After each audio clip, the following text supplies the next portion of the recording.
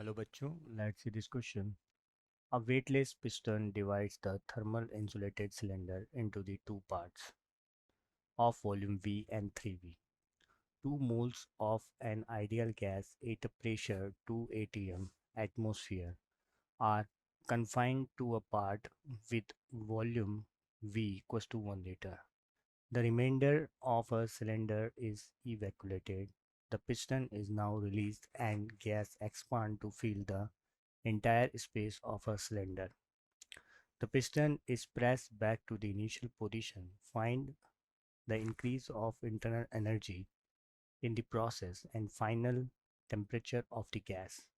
The ratio of specific heat of the gas is gamma equals to 1.5. तो बच्चों सबसे पहले हम देखते हैं यहाँ पर की कॉन्सेप्ट।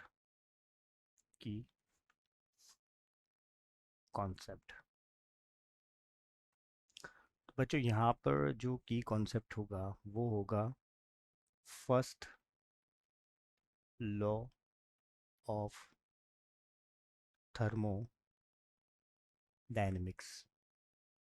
और फर्स्ट लॉ ऑफ थर्मोडायनेमिक्स क्या कहता है कि जितनी मैंने हीट को ऐड करा है वो दो चीज़ों में स्पेंड होगी, उसके वर्क डन में और उसके इंटरनल एनर्जी के चेंज में।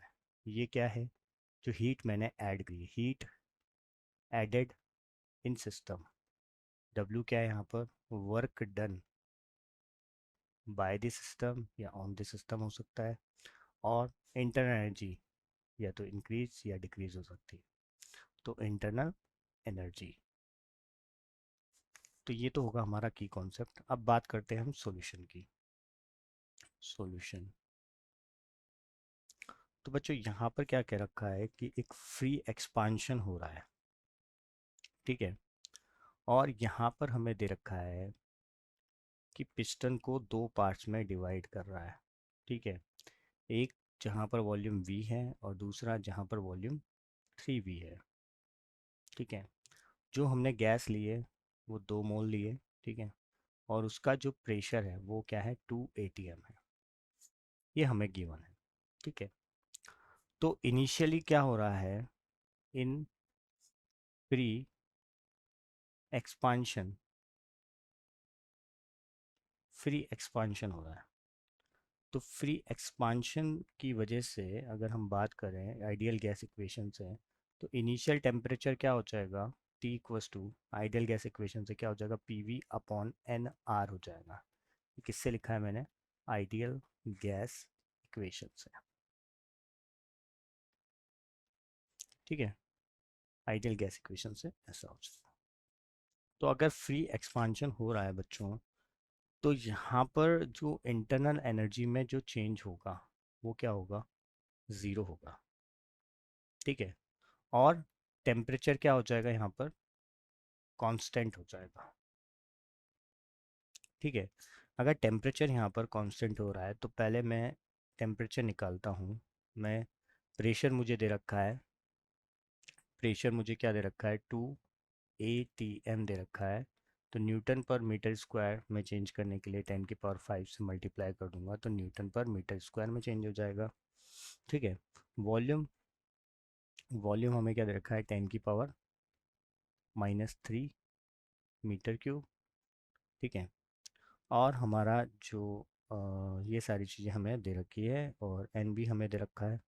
तो यहाँ पर ये सारी चीज़ों को पुट करेंगे, जैसे 2 × 10⁻³ और मोल्स यहाँ पर दे रखे हैं हमें 2। तो एन बराबर यहाँ पर क्या हो गया? एन बराबर यहाँ पर क्या हो गया? 2 मोल्स, ठीक है। तो 2 लिख देंगे, रेडबर्ग कांस्टेंट की वैल्यू लिख देंगे 8.314, ठीक है। तो यहाँ से जब हम सॉल्व करेंगे तो क्या आएगा? 12 केल्विन हमारा क्या आ गया? टेम्परेचर आ गया इनिशियली। ये हमारा जो टेम्परेचर आया ये इनिशियली आया, इनिशियली टेम्परेचर, ठीक है। अब हीट का एक्सचेंज नहीं हो रहा है, ये तो क्या इंटरनल एनर्जी में चेंज नहीं हो रहा है, ठीक है। अब हमने क्या करा है? ये वापस से क्या हो रहा है? अपनी पोजीशन में आना चाहता है। तो अपनी पोजीशन में जब ये आ रहा है तो वहाँ पर हीट का कोई एक्सचेंज नहीं हो रहा है। मतलब वहाँ पर जो प्रोसेस हो रहा है वो कौन सा प्रोसेस हो रहा है? एडियाबेटिक प्रोसेस हो रहा है, ठीक है। और हमें पता है कि एडियाबेटिक प्रोसेस के अंदर हम क्या लिख सकते हैं equation, T1 V1 gamma minus one equals to T2 V2 gamma minus one. तो यहाँ से मैं T2 को निकालूंगा तो T2 इक्वस टू क्या हो जाएगा, V1/V2 gamma minus one multiply T1। Correct. तो मेरा पहले तो वॉल्यूम जो था वो पहले मेरा जो वॉल्यूम था वो V था। अब पूरा का पूरा यहाँ पर अगर ये पूरा एक्सपांड हो जाता है तो मेरा वॉल्यूम क्या हो जाएगा, 4V हो जाएगा। तो मैं क्या लिख सकता हूँ यहाँ पे, 4V/V। और जो गामा की वैल्यू क्या दे रखी है मेरे को, गामा की वैल्यू हमें दे रखी है 1.5। तो गामा अगर 1.5 है तो -1 करूँगा तो मतलब कितना बच गया, हाफ बच जाएगा। ठीक है, हाफ हो गया।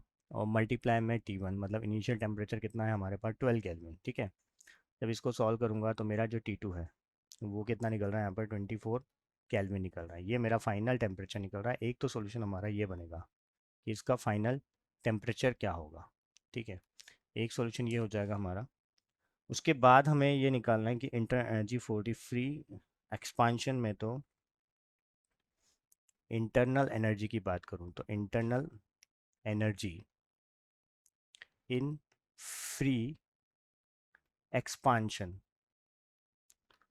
तो वहाँ पर इंटरनल एनर्जी का चेंज क्या हो जाएगा, ज़ीरो हो जाएगा। तो अगर मैं यहाँ पर first law of thermo dynamics लगाऊं तो वो क्या कहता है कि Q इक्वस टू क्या होता है, डेल U प्लस W होता है। तो अगर हमारा del U equals to zero हो रहा है मतलब पूरी की पूरी एनर्जी किस में चेंज हो रही है, वर्क डन में। करेक्ट। तो ये तो हो गया डेल U। ठीक है, तो अगर मुझे, एक मिनट, यहाँ पर अगर ऐसा हो रहा है, ठीक है बच्चों, अगर ऐसा हो रहा है तो हम ये कह सकते हैं कि अगर यहाँ पर एडियाबेटिक प्रोसेस होता, मान लीजिए यहाँ पर क्या होता है, एडियाबेटिक प्रोसेस हो रहा है। ठीक है, तो एडियाबेटिक प्रोसेस हो रहा है तो जो इंटरनल एनर्जी का जो चेंज है वो किस में चेंज हो जाता है, वर्क डन में। करेक्ट। तो अगर मेरे को इंटरनल एनर्जी निकालनी है तो वो किसके इक्वल होगी, N C V del T के। और हमें पता है कि सी वी को अगर हम निकालेंगे, C V minus C P equals to R जो होता है, उससे अगर हम मैं फाइंड आउट करूँगा गामा की फॉर्म में, तो क्या आ जाएगा, R1 माइनस गामा आ जाएगा। ठीक है, तो मैं क्या लिख सकता हूँ, NR1 माइनस, सॉरी गामा -1 हो जाएगा। ठीक है, तो गामा -1 हो जाएगा तो मैं क्या लिखूंगा यहाँ पे, गामा -1 मल्टीप्लाई डेल टी। अब ये सारी वैल्यूज़ मेरे को दी हुई है, जैसे 2, ठीक है, 8.314। ठीक है, टेम्परेचर का चेंज जो है अगर हम देखें तो 12 था, 24 था, मतलब 12 ही बचेगा। ठीक है, आप 1.5 -1 कर लेंगे तो यहाँ से अगर मैं निकालूंगा तो क्या निकलेगा, मेरा 400 जूल निकलेगा। मतलब जो एनर्जी में जो चेंज आया, इंटरनल एनर्जी में चेंज, वो क्या आ गया हमारा, 400 जूल। तो ये हमारा सेकंड सॉल्यूशन होगा। ठीक है, तो फर्स्ट सॉल्यूशन तो हो जाएगा हमारा टेम्परेचर जो कि 24 केल्विन है फाइनली। और जो उसमें इंटरनल एनर्जी में चेंज हुआ है वो कितना हुआ है, 400 जूल हुआ है। I hope you will understood it well. Best of luck.